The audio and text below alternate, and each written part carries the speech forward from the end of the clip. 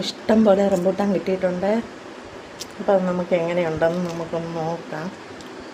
ഇതാണ് റംബൂട്ടാൻ്റെ ഫ്രൂട്ട്. ഇതിനകത്തൊരു കുരുവുണ്ട്, കാണിച്ച്.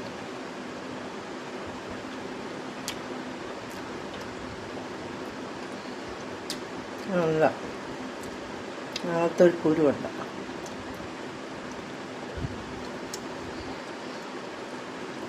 അടിപൊളി ടേസ്റ്റാണ്.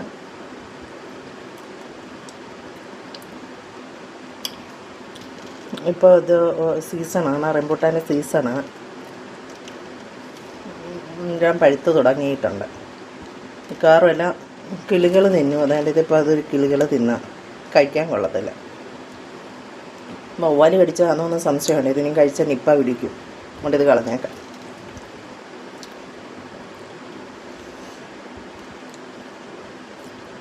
നല്ല ടേസ്റ്റാണ്.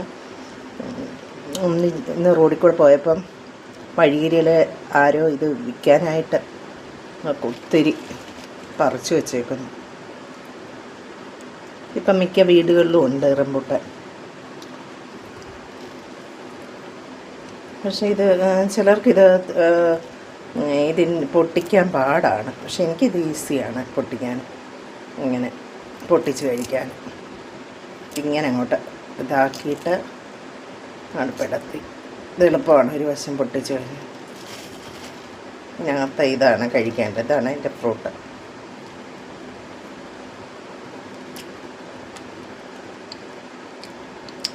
വിറ്റാമിനും അടിപൊളി വിറ്റാമിനും ഒക്കെ ഉള്ളതാണ്. അപ്പോൾ എല്ലാവരും ഒന്ന് ട്രൈ ചെയ്യണേ. റംബൂട്ടാൻ ഫ്രൂട്ട് ഇത് വീട്ടിൽ വെച്ച് നട്ട് വളർത്താം. അല്ലെങ്കിൽ മരമാകും, വേണേൽ ചെറിയ പിന്നെ ബോൺസായി പോലെ വളർത്താം. എങ്ങനെയും വളർത്താം.